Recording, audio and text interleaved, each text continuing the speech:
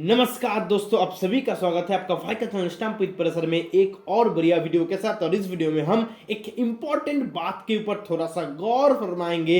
वो है कि हार्दिक पांड्या को क्यों सेंट्रल कॉन्ट्रैक्ट से बाहर नहीं निकाला गया। इसके ऊपर बहुत सारे लोगों की बहुत सारे अलग अलग क्वेश्चंस है, बहुत सारे बात भी चल रही है। क्यों एक प्लेयर के ऊपर अलग तरीके से देखा जा रहा है, क्यों उनको ज्यादा स्पॉटलाइट दिया जा रहा है, इसके ऊपर बहुत सारे क्वेश्चंस भी आ रहे हैं। तो इसके ऊपर ही आज हम डिटेल में बात करेंगे, डिटेल डिस्कशन होंगी। तो जरूर से अंत तक बने रहना, दोस्तों के साथ शेयर करना और आप भी इस चैनल को सब्सक्राइब कर लेना क्रिकेट रिलेटेड ऐसे ही वीडियोस के लिए। तो मेन जो बात है श्रेयस अय्यर और ईशान किशन को लेकर के, तो इन दोनों को सेंट्रल कॉन्ट्रैक्ट से निकाल दिया गया है और आप कह सकते हो उन दोनों को डिस्चार्ज कर दिया गया है। सेंट्रल कॉन्ट्रैक्ट जो बीसीसीआई की होती है वहां पे श्रेयस अय्यर और ईशान किशन की नाम तो है नहीं, लेकिन इनकी जो वजह यहाँ पे दिया गया कि इन दोनों फिट थे, इन दोनों अच्छे तरीके से प्रैक्टिस कर रहे थे, लेकिन ये डोमेस्टिक लीग अपने स्टेट के लिए जो खेल होती है वो नहीं खेली। इसके कारण ये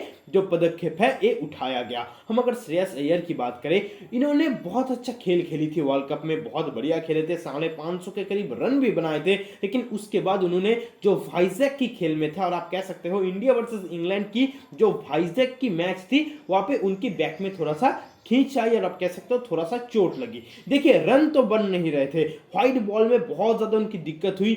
जैसे उन्होंने साउथ अफ्रीका की टेस्ट में भी बहुत खराब परफॉर्मेंस दी, उसके बाद इंग्लैंड के साथ भी उतना अच्छा तरीके से बल्ले पे आ नहीं रहा था, रन नहीं हो रहा था। उसके बाद ही ये थोड़ा सा खिंचाव उनकी आई, इसके कारण उन्होंने बोला कि उनको रेस्ट चाहिए। तो ये रेस्ट उनको बढ़िया तरीके से दिया गया, लेकिन एनसीए ने ये क्लैरिफाई की कि ये चोट उतना ज्यादा गंभीर है नहीं, he is ready to play.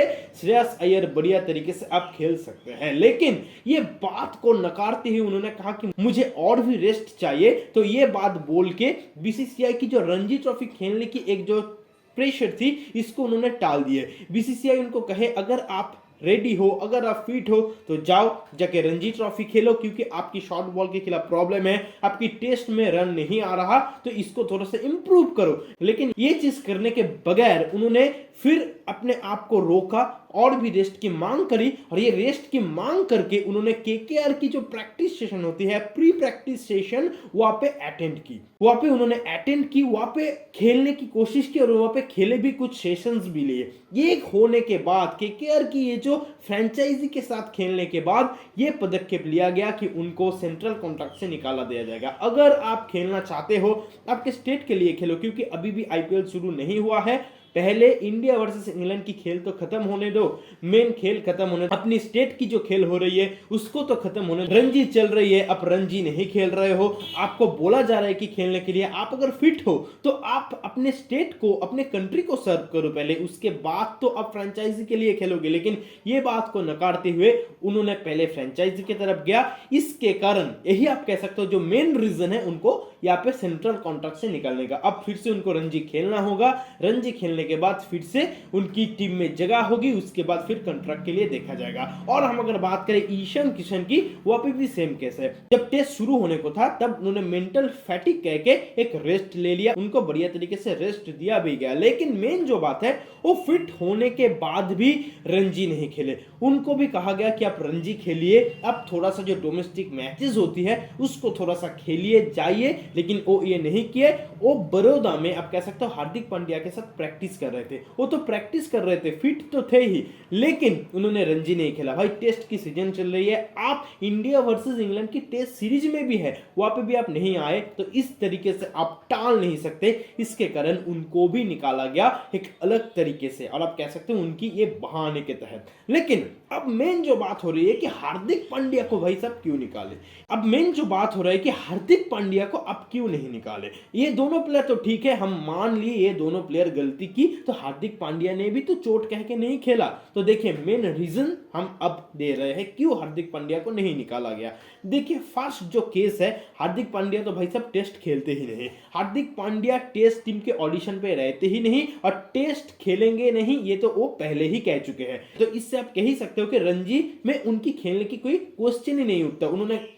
उन्होंने कहा कि रणजी में खेलने के लिए 4 दिन की टेस्ट 5 दिन की टेस्ट खेलने के लिए मेरे पास वो ताकत है नहीं, मेरा शरीर नहीं देता, मैं बॉलिंग नहीं कर पाऊंगा, ऑलराउंडर की तरह नहीं खेल पाऊंगा, सिर्फ एक बैट्समैन की तरह खेलूंगा, तो मैं क्यों एक की पोजीशन को खराब करूंगा। मैं सिर्फ वाइड बॉल खेलने के तहत यहाँ पे आया हूं, सिर्फ वाइड बॉल खेलूंगा क्योंकि थोड़ा सा इंजरी प्रोन मेरा बॉडी है, इंडियन टीम मुझे बहुत ज्यादा चाहती है। तो मेन बात है कि हार्दिक पांड्या तो टेस्ट खेलते ही नहीं, तो रणजी ट्रॉफी खेलने की कोई क्वेश्चन यहाँ पे आती नहीं। लेकिन एक और जो बात होती है, बहुत सारे लोग कह रहे हैं कि सैयद मुश्ताक अली ट्रॉफी क्यों नहीं खेल रहे, जो व्हाइट गेम की मैचेस होती है वो क्यों नहीं खेल रहे। तो मैं एक बात कह दूं, देखिए अक्टूबर की 19 तारीख आप कह सकते हो कि वर्ल्ड कप की जो मैचेस थी वो खत्म हुई थी। उसके बाद जो विजय हजारे ट्रॉफी, सैयद मुश्ताक अली ट्रॉफी चल रही थी, वो उसके बाद से चल रही थी। और बड़ौदा ने दिसंबर की 5 तारीख 2023 को जो अंतिम मैच था और ट्रॉफी का वो खेला था व्हाइट बॉल की, हम अगर बात करें तो मेन उस टाइम हार्दिक पांड्या अवेलेबल थे नहीं, एनसीए में अपने शरीर को फिट कर रहे थे, अपनी चोट से रिकवर हो रहे थे, तो उस टाइम वो खेलेगा कैसे।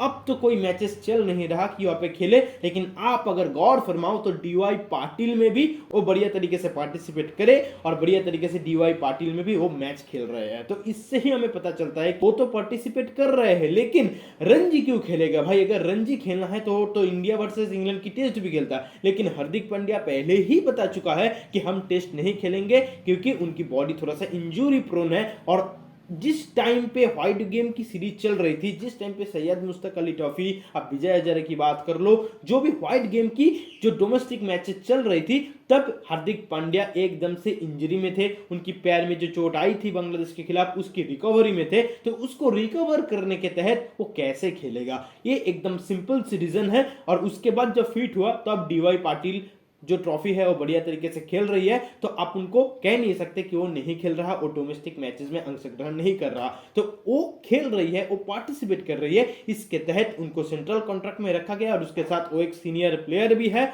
बहुत अच्छा प्लेयर भी है। आप थोड़ा सा जरूर से उसके ऊपर भिड़े हुए हो, उसके ऊपर थोड़ा सा रगे हुए हो मुंबई इंडियंस की कैप्टनसी चेंजेस को लेकर के, लेकिन इंडियन टीम के लिए हार्दिक पांड्या एक शान है, बहुत ज्यादा इंपॉर्टेंट प्लेयर है, क्योंकि उनकी प्लेस की जो वैल्यू है उनको हम कभी भी रिप्लेस नहीं कर पाए। सिंपल सी बात है, ये हमको मानना ही होगा। जरूर से थोड़ा सा टफ बात है, लेकिन उनकी जगह को हम रिप्लेस नहीं कर पाए।